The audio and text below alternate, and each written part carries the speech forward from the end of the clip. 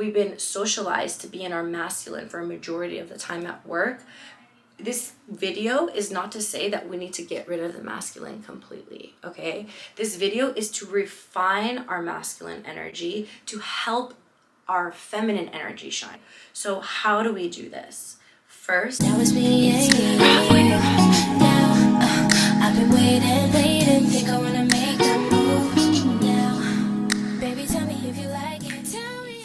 Hello everyone, welcome back to my channel. As you can see, we're in a bit of a new setup, but we're making it work. Apologies if you hear voices in the background. I am currently staying at one of my friends' places while I record this video, but I just had it in my heart to get this out for you guys, so I wanted to make it happen no matter what. Hope you guys like my pink outfit. It's a little set that I got from Zara, which I think I posted on my TikTok before, so if you haven't seen that, go check it out. Today's topic is how to leverage your femininity to get ahead in the workplace. And I'm working through this myself to embody being a feminine woman in every aspect of my life. So whether that be at work, whether that be while I'm working out, whether that be in my day-to-day. This video is going to be a part of a larger series that I really want to do because I'm so passionate about how to embody femininity in everyday life.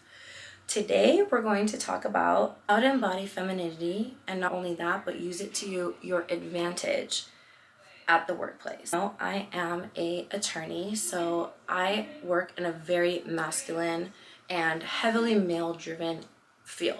But there are so many other beautiful feminine traits that can be used to help us exponentially get further ahead that men don't have. And I feel like this isn't being talked about enough. We have to be mindful of our power as women and how to harness it for our advantage versus allowing it to disrespect us and allow people to walk all over us. It's using yin and yang to get ahead and also live that soft life that we all deserve as women, that easy flowing life. First of all, what does feminine energy look like?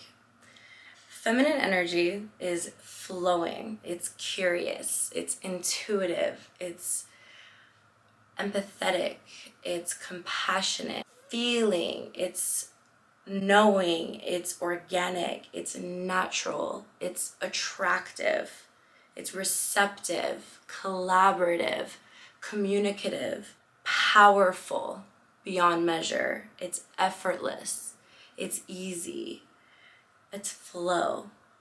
Those are the beautiful qualities of femininity. How do we encapsulate these into examples in the workplace? So I have a couple different ways, and I've broken them down to 3 things that we can do to leverage these qualities at work. Number 1, easy. Look presentable, look pretty. Don't be afraid, this is what I like to say, don't be afraid to wear the white blazer. I used to have a white blazer that I would never wear. It was sitting in my closet, tags still on it, because I just never felt like I had the guts to wear it. It was a time where I was in law school and everybody in the room was wearing black or gray suits, and I said, who am I to wear a white blazer? But I got over that and I wore the white blazer, and guess what? I spoke to 6 judges that night and 2 partners, and they immediately were attracted because they said, wow, look at this confident person who wasn't afraid to stand out and wear something that most people in the room aren't wearing. It makes you stand out. And what does it show? It shows that you aren't afraid to look different. That shows confidence. That's what leaders are made of. And what type of people get promotions? What type of people get the corner office? The confident leaders. So don't discount dressing well, being clean, presenting yourself in a very manicured way. My nails are always done. I always wear heels to the extent that I can. I wear flats at work all the time, but if I'm going to an event, I like to wear proper height heels. I like to wear a nice natural makeup look. Don't overdo the makeup. This can totally make the scales go the other way. And always dress very conservatively. Think colorful but royal family. Everything needs to be very tailored and clean and just beautiful. Don't be afraid to wear, a nice scarf or a nice pair of earrings that aren't too big and outrageous.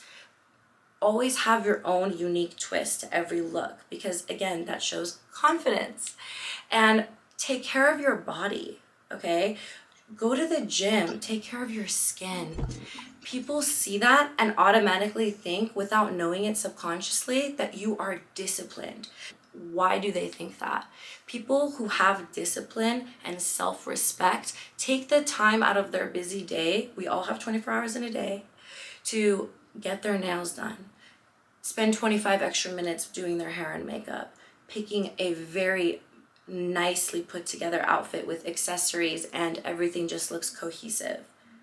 All of these things subconsciously are qualities that people are looking for in the workplace. It's leadership and confidence in a way they don't experience on the day-to-day. Any company needs feminine and masculine energy balance, okay? One thing I'm trying to do more is plan my outfit on the Sunday before for the whole week, and really make it easy for myself to have a stress-free life, not have as many decisions. Doing things like that for yourself, set yourself up to be in your feminine throughout the week when you have to allocate certain times to channel your masculine energy. If your outfit is planned out in the morning, you don't have to tap into your masculine to choose an outfit and get decision fatigue, etc., etc. So all of these things are setting you up and harnessing you and getting you ready for the day in the most feminine way possible. And we'll talk more about that when we get to my discussion about routines. Second thing that I think is really important in finding your femininity at work is allowing yourself to focus on the things that you love most about your job. What lights you up inside about your job? Find the things that make you grateful for what the work you do. So if you're in the service industry, feel the moment of gratitude every time you help somebody. I'm a lawyer. When I get good feedback, I don't just wash it off. I sit there and I bask in the gratitude of that person who is thanking me from the bottom of their heart for helping them. All of my hard work in that moment, it gives me energy to do that from a place of love and passion versus a place of action and strategy. That's a masculine way of being. Feeling off of the gratitude of others and doing the work from a place of just pure love for the job and fulfillment for what it brings to me to help others, that's how you stay in your feminine at work. And I am a family lawyer, right? So being a family lawyer, I see a lot of gratitude from my clients all the time. When I work, I try to tap into that. And I'll give you an affirmation. I'll share with you this affirmation that I use all the time that really helps me when I'm stressed out, which is, and try this yourself, which is, I get to do this work. I get to show up at this job every day and help people. I'm privileged to be here. Tapping into that place of gratitude for having a job. I'm so lucky to have this job and be able to do this and help people and be fulfilled while getting a paycheck that lets me do all the fun, yummy, delicious things that I love to do every day. And I love to say yummy and delicious because there's a person here on YouTube I follow named the Universe Guru.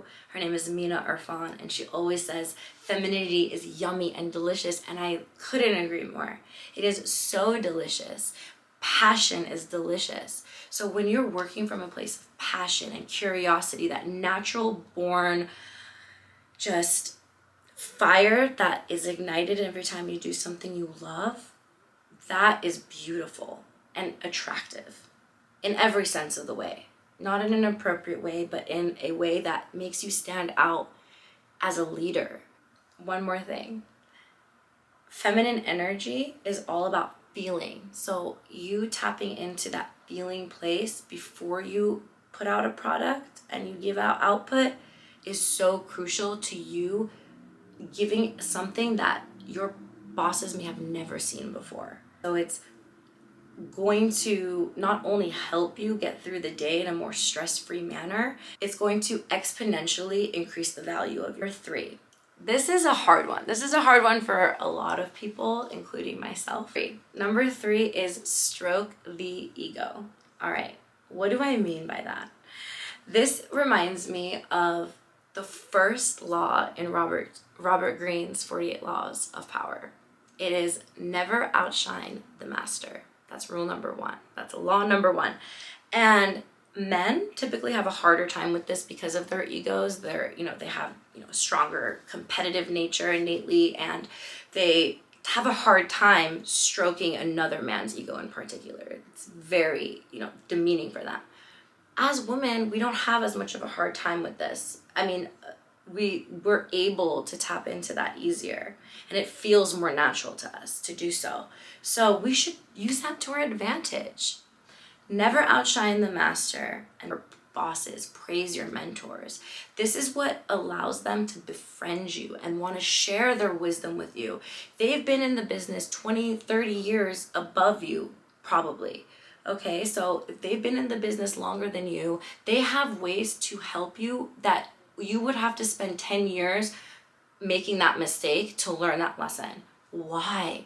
Feminine energy is all about receiving. So receive help, receive advice, go to them for help and be in a place of vulnerability. Humble yourself and say, I don't know what to do next. Can you maybe give me some guidance here?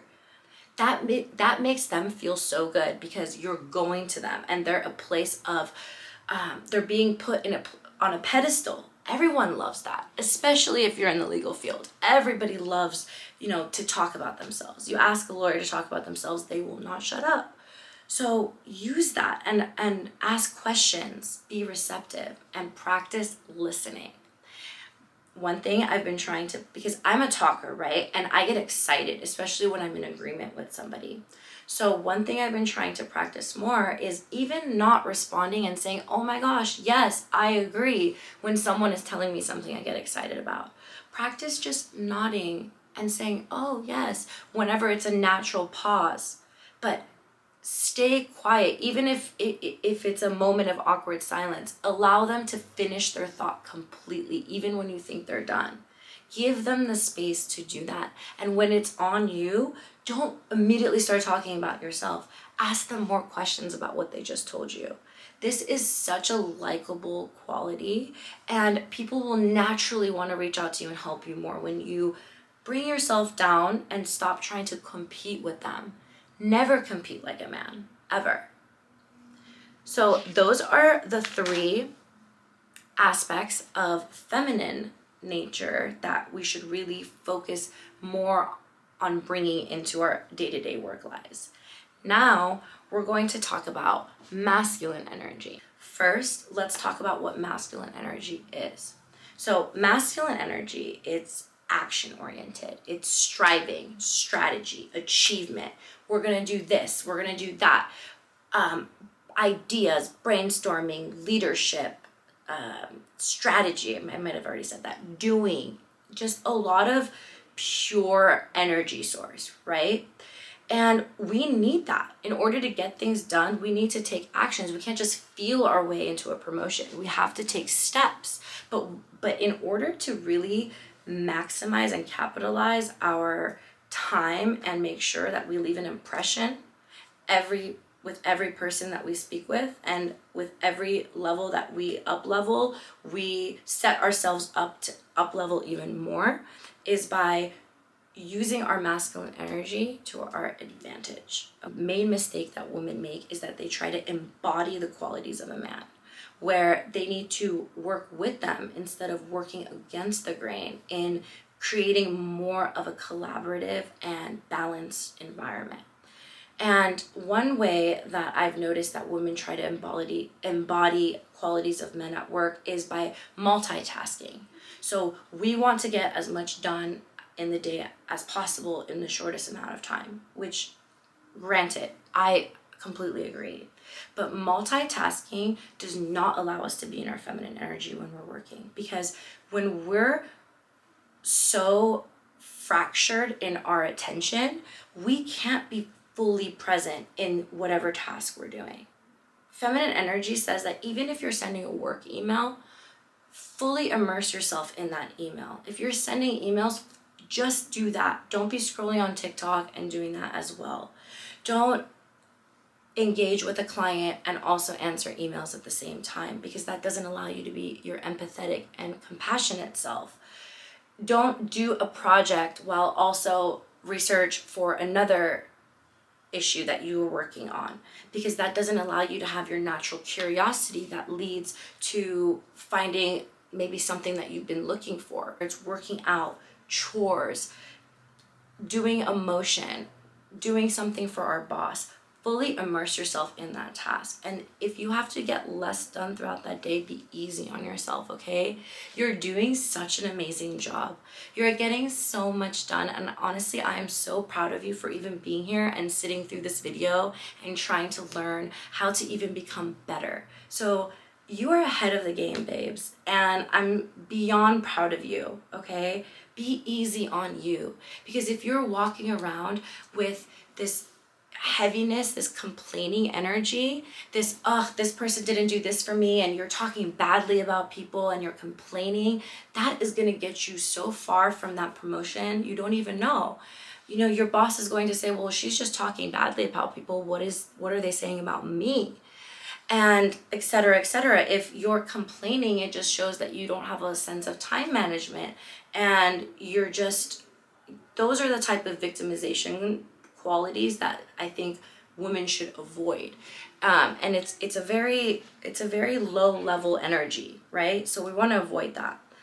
Having a routine for yourself. So earlier I was talking about pre-planning your outfits so that when you wake up, you don't have to make as many decisions.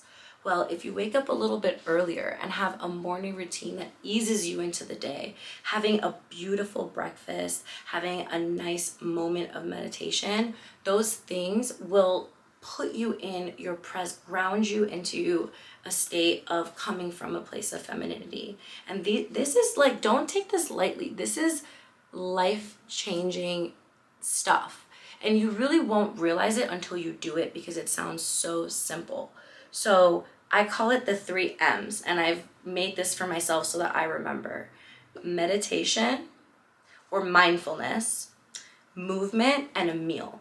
So those are the 3 things I try to do before I start any day. And let me tell you, whether it's 5 minutes of meditation or journaling, 5 minutes of a yoga practice, and just a quick egg in the morning, it changes the course of the day. So this is something I've learned to not skip anymore. I make it a point to always do this now and set myself up. And I always have a good day when I do it. And not doing it, I can really feel the effects of it. So take that time for yourself. And the third quality that I think we should adopt from the masculine side is not volunteering as much. So let me elaborate. As feminine women, we can often, think that it's a very feminine quality to people please and be nice and overexert ourselves, but that is a common misconception. So to avoid burnout further, try to rid yourself of the tendency to constantly want to people please. Try to always remain in a state when you feel the urgency to volunteer. If your boss asks who's willing to stay late to work on this motion after work, resist the urge to immediately volunteer unless you feel the passion and drive to do so. Don't do it from a place of I should and I must and an obligation. That's masculine. And if you are going to stay and you do decide to volunteer, try to let them know, instead of saying, no worries, I had nothing going on anyways, let them know, I had another engagement, but I'm much more interested in helping this client, so I'm going to cancel my engagement. Let them know that you have a life. You have boundaries that you're exerting while remaining in your feminine and natural state. So don't be afraid to say that you can't do it if you can't. And if you do favors like this, make sure you let them know. If you do favors for a family member out of obligation and you do work for them that's billable, instead of just telling them don't worry about them, don't worry about it. Send them the bill, but send it to them comped so that they see how much your efforts are valuable, okay?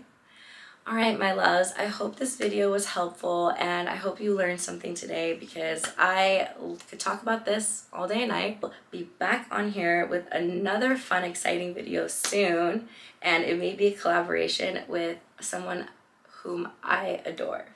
Look out for that video and let me know if you have any comments or questions in the comment box below. And as always, mwah, love you guys.